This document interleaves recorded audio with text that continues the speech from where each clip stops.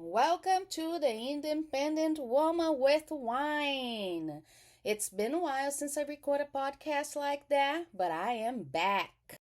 I've been kind of broke lately, so I've been drinking wine out of a box. But yesterday I had my last school class for my medical interpreting class, and I decided to splurge a little bit. There is a brand of wine that I really like. It's called La Crema. Um, and I got this La Crema yesterday at my liquor store. It's a 2022 Monterey Chardonnay, and it's really good. It is a little bit pricey for my budget, which was around 17 bucks, but it's delicious. I highly recommend. The reason I have not recorded a podcast like that lately was because I was lacking topics. And also I was thinking that maybe I was being a bit of a narcissist, because doing this podcast, I'm basically talking about me, about my life. So I asked myself the question, should I stop doing this podcast? Should I keep going? What should I do? But then I remember nobody's listening. This podcast slash video, whatever the fuck it is that I'm doing, right? But this is kind of being a good outlet, for me to put my thoughts out there, and it's being therapeutic or cathartic, whatever that means. Nobody's listening. So I'm just gonna keep on going. Anytime I have something to talk about, whether it's about myself or someone else, I'm just going to do it and not give a single fuck. As the Sabrina Carpenter song says, my give a fucks are on vacation. And I just started reading and listening the new book by Lisa Marie Presley and Riley Keough, From Here to the Great Unknown. I cannot even remember when I started being an Elvis Presley fan, because I was born. I mean, if I was a boy, my name would have been Elvis Presley. So by reading her new book, there is a part where her daughter actually wrote this. This is Riley Keough saying about her mom, that she did not find herself interesting. Lisa Marie Presley did not find herself interesting. She didn't like talking about herself. She was insecure. She wasn't sure what her value to the public was other than being Elvis Presley's daughter. She was so wrecked with her self-criticism. Riley Keough also says about her mom that she felt a burning desire to tell her story. So when I was listening and reading to those words, I was baffled. How could somebody like her felt that she was not interesting enough? She was talented, and yeah, she was Elvis Presley's daughter, the king of rock and roll. But it's beyond me if somebody like her can feel those insecurities. Of course, the whole world, us regular people, are wrecked with insecurities either. So I thought of for the theme for this podcast today, could be Elvis Presley, and obviously talking about myself, but Elvis Presley. When my mom was pregnant with me, so in 1977, Elvis passed away. And my mom was pregnant, and my dad was a huge fan. And he said, if it's a boy, the name is going to be Elvis Presley. However, there was a possibility that I could be a girl, which I was. Something else that they were watching on TV in 1977 while my mom was pregnant was the trial of a couple of guys who committed a heinous crime in beginning of the 1970s. In the south of Brazil, a little girl, 7 or 8 years old, she was kidnapped by a couple of guys. And unspeakable things was done to this little girl.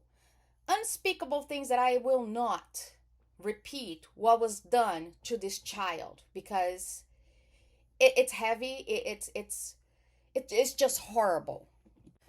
So in 1977, while the trial was on, and I think it was on TV for the whole country to see, the whole country was shocked with that kind of crime that was committed to this child.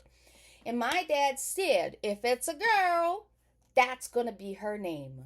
The name of a little girl who was kidnapped, and a couple of guys just did unspeakable things, horrible things to that child. That was the name that my father chose for me. So, growing up, hearing that story and everything, obviously I grew up being a huge Elvis Presley fan. So I do not have a memory of listening to a song or watching one of his movies and being, oh my God, I do love this guy. No, there was something that I was born into it. I was born to love Elvis Presley.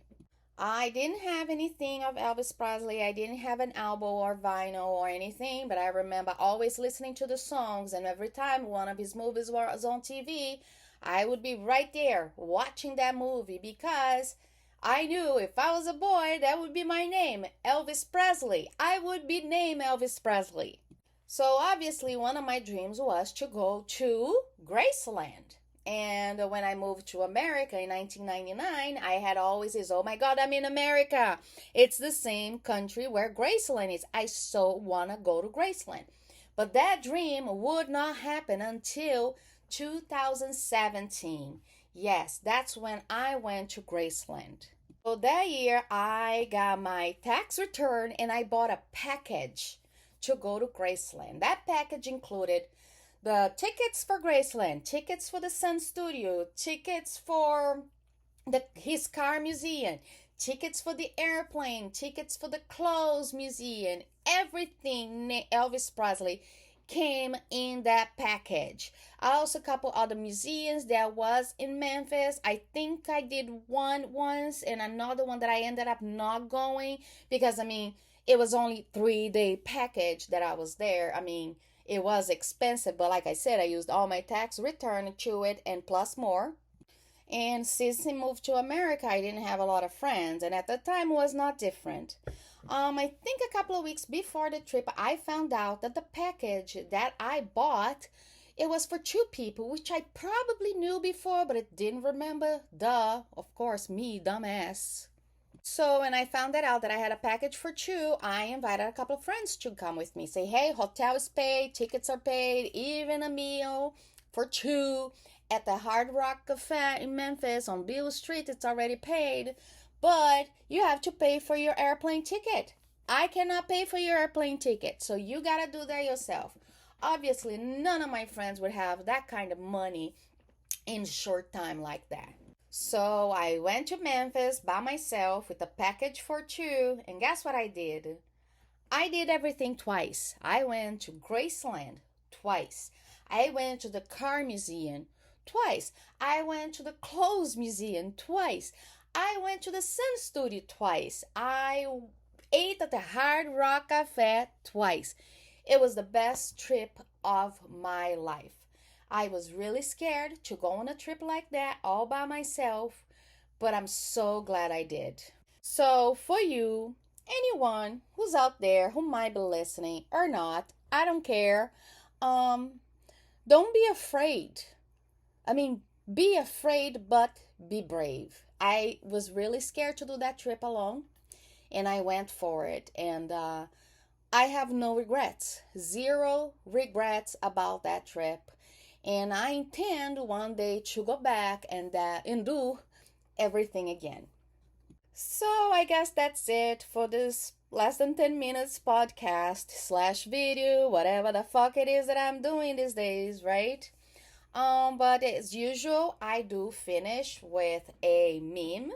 And I just found this one the other day and I really think it's funny. It has a picture of a duct tape and a bottle of wine next to it. And it says, one of these things fixes everything. The other one is a roll of tape. And it's just awesome because, in my opinion, wine really does fix everything and makes everything better.